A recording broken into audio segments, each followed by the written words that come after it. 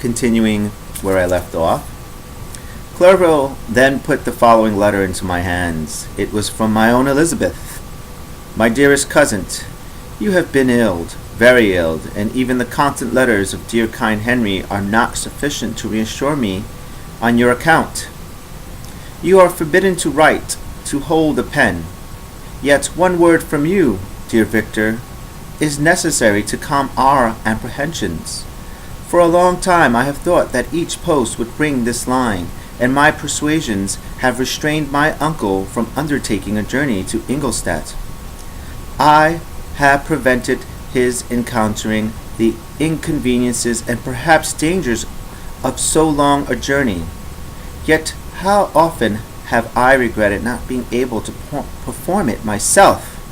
I figured to myself that the task of attending on your sick bed has devolved on some mercenary old nurse, who could never guess your wishes, not minister to them with the care and affection of your poor cousin. Yet that is over now.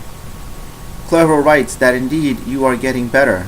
I eagerly hope that you will confirm this intelligence soon in your own handwriting. Get well and return to us. You will find a happy, cheerful home, and friends who love you dearly. Your father's health is vigorous, and he asks but to see you, but to be assured that you are well, and not a care will ever cloud his benevolent countenance. How pleased you would be to remark the improvement of our Ernest. He is now 16 and full of activity and spirit. He is desirous to be a true Swiss and to enter into foreign service, but we cannot part with him, at least until his elder brother return to us. My uncle is not pleased with the idea of a military career in a distant country, but Ernest never had your powers of application. He looks upon study as an odious fetter. His time is spent in the open air, climbing the hills or rowing on the lake. I fear that he will become an idler unless we yield the point and permit him to enter on the profession which he has selected.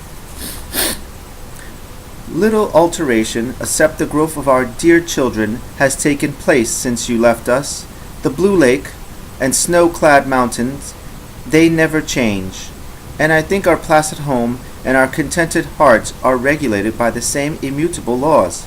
By trifling occupations take up my time and amuse me, and I am rewarded for any exertion by seeing none but happy, kind faces around me. Since you left us, but one change has taken place in our little household. Do you remember on what occasion Justine Moritz entered our family? Probably you do not. I will relate her story, therefore, in a few words. Madame Moritz, her mother, was a widow with 4 children, of whom Justine was the third. This girl had always been the favorite of her father, but through a strange perversity, her mother could not endure her, and after the death of M. Moritz, treated her very ill. My aunt observed this, and when Justine was 12 years of age, prevailed on her mother to allow her to live at our house. The republican institutions of our country have produced simpler and happier manners than those which prevail in the great monarchies that surround it. Hence, there is less distinction between the several classes of its inhabitants and the lower orders. Being neither so poor nor so despised, their manners are more refined and moral. A servant in Geneva does not mean the same thing as a servant in France and England.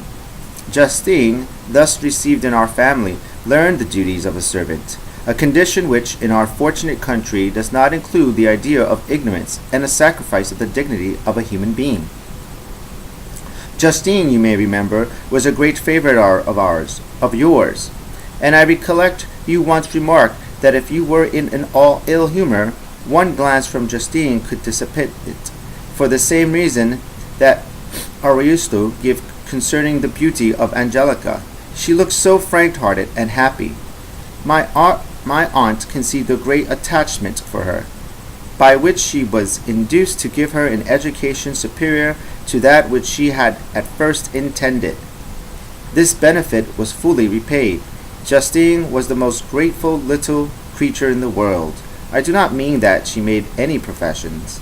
I never heard one pass her lips. But you could see by her eyes that she almost adored her protectress. Although her disposition was gay, and in many respects inconsiderate, yet she paid the greatest attention to every gesture of my aunt. She taught her the model of all excellence, and endeavored to imitate her phraseology and manners, so that even now she often reminds me of her.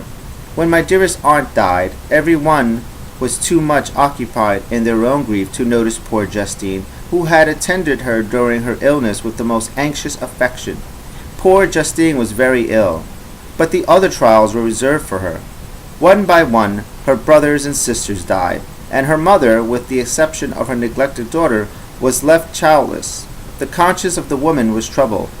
She began to think that the death of her favorite was a judgment from heaven to chastise her partially.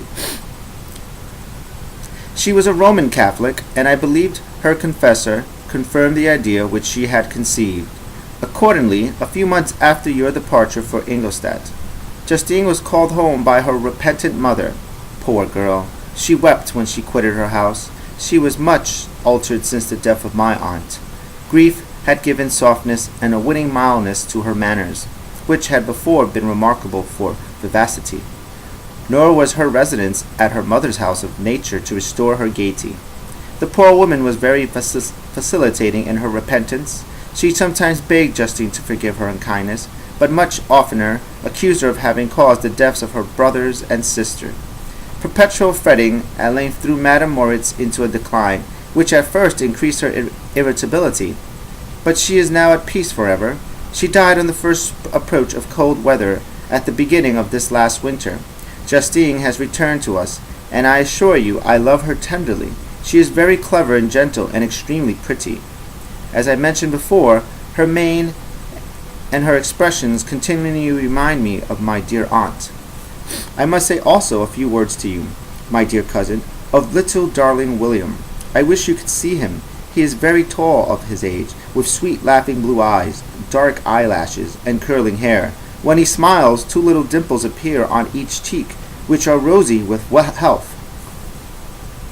He has already had 1 or 2 little wives, but Louisa Byron is his favorite, a pretty little girl of 5 years of age. Now, dear Victor, I dare say you wish to be indulged in a little gossip concerning the good people of Geneva. The pretty Miss Mansfield has already received the congratulatory visits on her approaching marriage with a young Englishman, John Melbourne, Esquire. Her ugly sister Manon married M. Duvillard, the rich banker, last autumn. Your favorite schoolfellow, Lois Manor, has suffered several misfortunes since the departure of Clerval from Geneva, but he has already recovered his spirits, and is reported to be on the point of marrying a very lovely, pretty Frenchwoman, Madame Tavernier. She is a widow and much older than Manor, but she is very much admired and a favorite with everybody. I have written myself into better spirits, dear cousin, but my anxiety returns upon me as I conclude. Write, dearest Victor, 1 line, 1 word would be a blessing to us. 10,000 thanks to Henry for his kindness, his affection, and his many letters. We are sincerely grateful. Adieu, my cousin. Take care of yourself, and I entreat you, write. Elizabeth Lavenza. Geneva, March 18, 17.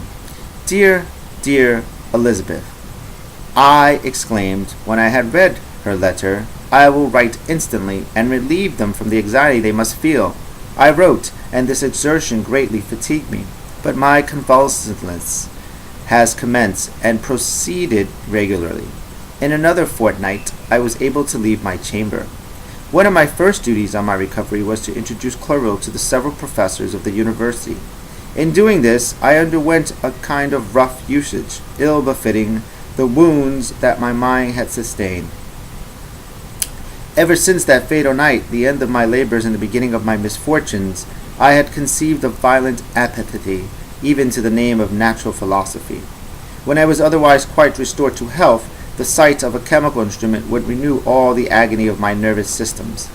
Henry saw this, and had removed all my apparatus from my view. He had also changed my apartment, for he perceived that I had acquired a dislike for the room which had previously been my laboratory. But these cares of Clerval were made of no avail when I visited the professors. M. Walden inflicted torture when he praised, what with kindness and warmth, the astonishing progress I had made in the sciences. He soon perceived that I disliked the subject, but not guessing the real cause, he attributed my feelings to modesty, and changed the subject from my improvement to the science itself with a desire, as I evidently saw, of drawing me out. What could I do? He meant to please, and he tormented me. I felt as if he had placed carefully, one by one, in my view, those instruments which were to be afterwards used in putting me to a slow and cruel death. I writhed under his words, yet dared not exhibit the pain I felt. Clerval, whose eyes and feelings were always quick in discerning the sensations of others, declined the subject, alleging in excuse his total ignorance, and the conversation took a more general turn. I thanked my friend from my heart, but I did not speak. I saw plainly that he was surprised, but he never attempted to draw my secret from me, and although I loved him with a mixture of affection and reverence that knew no bounds, yet I could never persuade myself to confide to him that event which was so often present to my recollection, but which I feared the detail to another would only impress more deeply. M. Krempe was not equally docile, and in my condition at that time of almost insupportable sensitiveness, his harsh, blunt economisms gave me even more pain than the benevolent approbation of M. Walden. "Damn the fellow!" cried he. "Why, M. Clerval, I assure you he outstripped us all. Ah, stare if you please, but is nevertheless true. A youngster who, but a few years ago believed in Cornelius Agrippa as firmly as in the gospel, has now set himself at the head of the university, and if he is not soon pulled down, we shall all be out of countenance. Ay, ay, continued he, observing my face expressive of suffering, M. Frankenstein is modest, an excellent quality in a young man. Young men should be diffident of themselves. You know, M. Clerval, I was myself when young, but that wears out in a very short time." And Krempt had now commenced on an eulogy on himself, which happily turned the conversation from a subject that was so annoying to me. Clerval had never sympathized in my tastes for natural science, and his literary pursuits differed wholly from those which he had occupied me. He came to the university with the design of making himself complete master of the Oriental languages, as thus he should open a field for the plan of life he had marked out for himself. Resolved to pursue no inglorious career, he turned his eyes towards the east as affording scope for his spirit of enterprise. The Persian, Arabic, and Sanskrit languages engaged his attention, and I was easily induced to enter on the same studies. Idleness had ever been irksome to me, and now that I wished to fly from reflection and hated my former studies, I felt great relief in being the fellow pupil with my friend, and found not only instruction but consolation in the works of the Orientalist. I did not, like him, attempt a critical knowledge of their dialects, for I did not contemplate making any other use of them than temporary amusement. I read merely to understand their meaning, and they would repay my labors. Their melancholy was soothing, and their joy elevating, to a degree I never experienced in studying the authors of any country. When you read their writings, life appears to consist in the warm sun in a garden of roses, in the smiles and frowns of a fair enemy, and the fire that consumes your own heart. How different from the manly and heroical poetry of Greece and Rome! Summer passed away in these occupations, and my return to Geneva was fixed for the latter end of autumn, but being delayed by several accidents. Winter and snow arrived, the roads were deemed impassable, and my journey was retarded until the insulting spring. I felt this delay very bitterly, for I longed to see my native town and my beloved friends. My return had only been delayed so long from an unwillingness to leave Clero in a strange place, before he had become acquainted with any of its inhabitants. The winter, however, was spent cheerfully, and although the spring was uncommonly late, when it came, its beauty compensated for its dilatoriness. The month of May had already commenced, and I expected the letter daily which was to fix the date of my departure, when Henry proposed a pedestrian tour in the environs of Ingolstadt, that I might bid a personal farewell to the country I had so long inhabited. I acceded with pleasure to this proposition. I was fond of exercise, and Clerval have always been my favorite companion in the rambles of this nature that had taken among the scenes of my native country. We passed a fortnight in these perambulations. My health and spirits had long been restored, and they gained additional strength from the salubrious air I breathed, the natural incidents of our progress, and the conversation of my friend. Studied had before secluded me from the intercourse of my fellow creatures, and rendered me unsocial. But Clerval called forth the better feelings of my heart. He again taught me to love the aspect of nature and the cheerful faces of children. Excellent friend, how sincerely do you love me, and endeavor to elevate my mind until it was on a level with your own. A selfish pursuit had cramped and narrowed me, until your gentleness and affection warmed and opened my senses. I became the same happy creature who a few years ago loved and beloved by all, had no sorrow or care, when happy and inanimate nature had the power of bestowing on me the most delightful sensations. A serene sky and verdant fields filled me with ecstasy. The present season was indeed divine. The flowers of spring bloomed in the hedges, while those of summer were already in bud. I was undisturbed by thoughts which during the preceding year had pressed upon me, notwithstanding my endeavors to throw them off with an invisible burden. Henry rejoiced in my gaiety, and sincerely sympathized in my feelings. He exerted himself to amuse me, while he expressed the sensations that filled his soul. The resources of his mind on this occasion were truly astonishing. His conversation was full of imagination, and very often, in an imitation of the Persian and Arabic writers, he invited tales of wonderful fancy and passion. At other times he repeated my favorite poems, or drew me out into arguments, which he supported with great ingenuity. We returned to our college on a Sunday afternoon. The peasants were dancing, and everyone we met appeared gay and happy. My own spirits were high, and I bounded long with feelings of unbridled joy and hilarity. Chapter 7. On my return, I found the following letter from my father. My dear Victor, you have probably waited impatiently for a letter to fix the date of your return to us, and I was at first tempted to write only a few lines, merely mentioning the day on which I should expect you. But that would be a cruel kindness, and I dare do not do it. What would be your surprise, my son, when you expected a happy and glad welcome, to behold, on the contrary, tears and wretchedness? And how, Victor, can I relate our misfortune? Absence cannot have rendered you callous to our joys and griefs. And how shall I inflict pain on my long-absent son? I wish to prepare you for the woeful news, but I know it is impossible.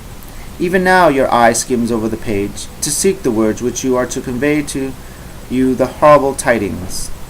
William is dead, the sweet child, whose smiles delighted and warmed my heart, who was so gentle, yet so gay. Victor, he is murdered. I will not attempt to console you, but will simply relate the circumstances of the transaction. Last Thursday, May 7th, I, my niece, and your 2 brothers went to walk in Plain Palace. The evening was warm and serene, and we prolonged our walk farther than usual. It was already dusk before we thought of returning, and then we discovered that William and Ernest, who had gone on before, were not to be found. We accordingly rested on the seat until they should return.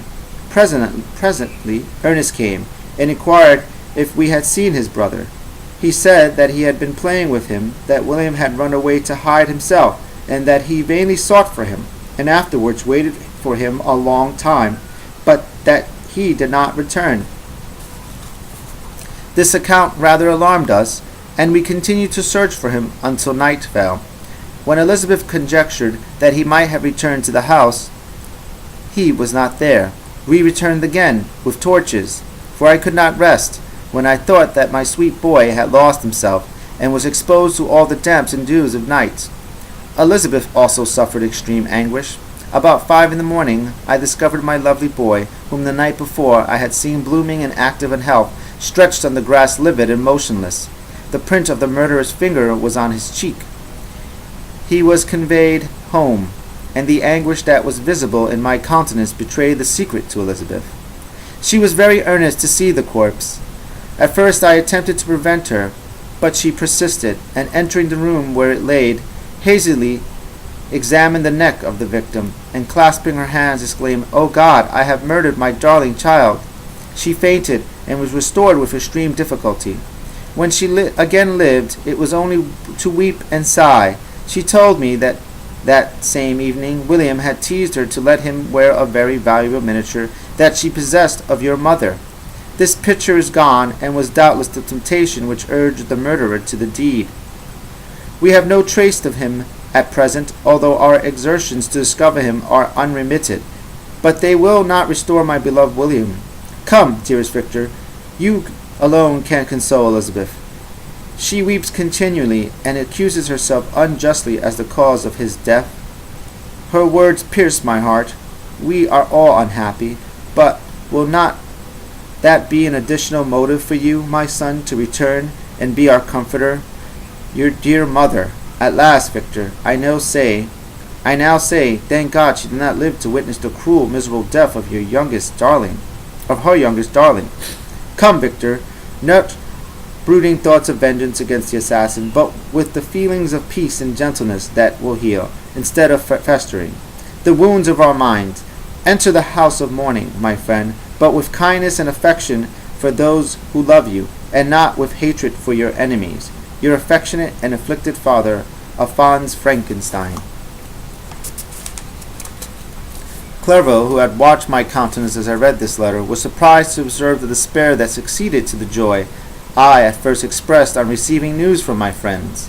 I threw the letter on the table, and covered my face with my hands. "My dear Frankenstein," exclaimed Henry, when he perceived me weep with bitterness, "are you always to be unhappy? My dear friend, what has happened?" I motioned to him to take up the letter, while I walked up and down the room in extreme agitation. Tears also gushed from the eyes of Clerval as he read the account of my misfortune. "I can offer you no consolation, my friend," said he. "Your disaster is irreparable. What do you intend to do?" "To go instantly to Geneva. Come with me, Henry, to order the horses." During our walk, Clerval endeavored to say a few words of consolation. He could only express his heartfelt sympathy. "Poor William," said he, "dear lovely child, he now sleeps with his angel mother, who that had seen him bright and joyous in his young beauty, but must weep over his untimely loss. To die so miserably, to feel the murderer's grasp, how much more a murderer that could destroy such radiant innocence? Poor little fellow! One only consolation have we. His friends mourn and weep, but he is at rest. The pang is over. His sufferings are at an end forever. A sod covers his gentle form, and he knows no pain. He can no longer be a subject for pity. We must reserve that for his miserable survivors." Clerval spoke thus as we hurried through the streets. The words impressed themselves on my mind, and I remembered them afterwards in solitude.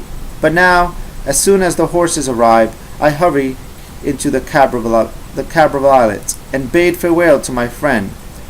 My journey was very melancholy. At first I wished to hurry on, for I longed to console and sympathize with my loved and sorrowing friends. But when I drew near my native town, I slackened my progress. I could hardly sustain the multitude of feelings that crowded into my mind. I passed through scenes familiar to my youth, but which I had not seen for nearly 6 years. How altered everything might be during that time! One sudden and desolating change had taken place, but 1,000 little circumstances might have by degree worked alterations, which altogether they were done more tranquilly, might not be the less decisive. Fear overcame me. I dared not advance, dreading 1,000 nameless evils that made me tremble, although I was unable to define them. I remained 2 days at Lausanne in this painful state of mind. I contemplated the lake. The waters were placid. All around was calm, and the snowy mountains, the palaces of nature, were not changed. By degrees the calm and heavenly scene restored me, and I continued my journey towards Geneva. The road ran by the side of the lake, which became narrower as I approached my native town.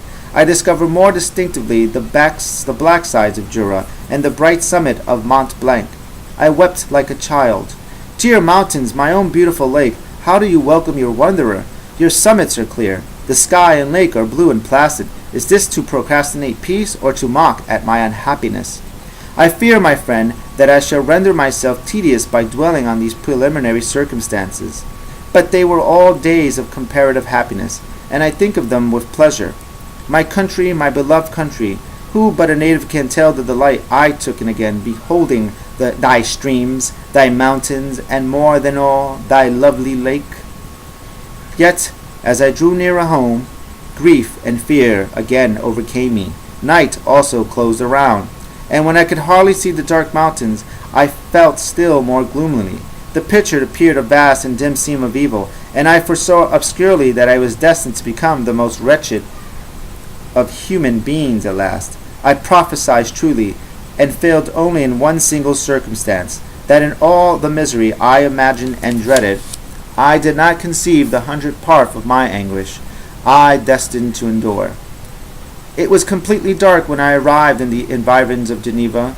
The gates of the town were already shut, and I was obliged to pass the night at Secheron, a village at the distance of half a league from the city. The sky was serene, and, as I was unable to rest, I resolved to visit the spot where my poor William had been murdered. As I could not pass through the town, I was obliged to cross the lake in a boat to arrive at Plain Palace. During this short voyage, I saw the lightning playing on the summit of Mont Blanc in the most beautiful figures. The storm appeared to approach rapidly, and on landing, I ascended a low hill that I might observe its progress. It advanced, the heavens were clouded, and I soon felt the rain coming slowly in large drops, but its violence quickly increased. I quitted my seat and walked on, although the darkness and storm increased every minute, and the thunder burst with a terrific crash over my head. It was echoed from Saleve, the Jura, and the Alps of Savoy. Vivid flashes of lightning dazzled my eyes, illuminating the lake, making it appear like a vast sheet of fire. Then for an instant everything seemed of a pitchy darkness, until the eye recovered itself from the preceding flash. The storm, as is often the case in Switzerland, appeared at once in various parts of the heavens. The most violent storm hung exactly north of the town, over that part of the lake which lies between the promontory of the Belrive and the village of Culpet. Another storm enlightened Jura with faint flashes, and another darkened and sometimes disclosed the mole, a peaked mountain to the east of the lake. While I watched the tempest, so beautiful yet terrific, I wandered on with a hasty step. This noble war in the sky elevated my spirits. I clasped my hands and exclaimed aloud, William, William, dear angel, this is thy funeral, this thy dirge. As I said these words, I perceived in gloom a figure which stole from behind a clump of trees near me.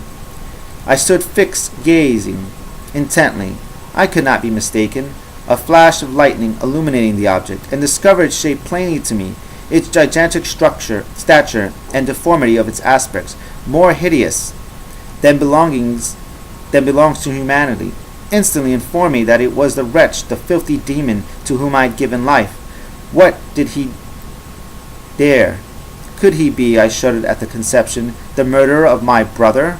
No sooner did that idea cross my imagination than I became convinced of its truth. My teeth chattered, and I was forced to lean against a tree for support. The figure passed me quickly, and I lost it in the gloom. Nothing in human shape could have destroyed that fair child. He was the murderer. I could not doubt it.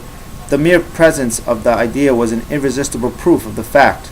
I thought of pursuing the devil, but it would have been in vain, for another flash discovered him to be hanging among the rocks of the nearly perpendicular ascent of Mount Salver, a hill that bounds Plain Palace on the south. He soon reached the summit and disappeared. I'm going to leave it off there. Thank you for watching. Please give it a thumbs up, a thumbs down. Leave a comment below if you like. Subscribe or favorite it as well. And I'll see you in the next one. Bye.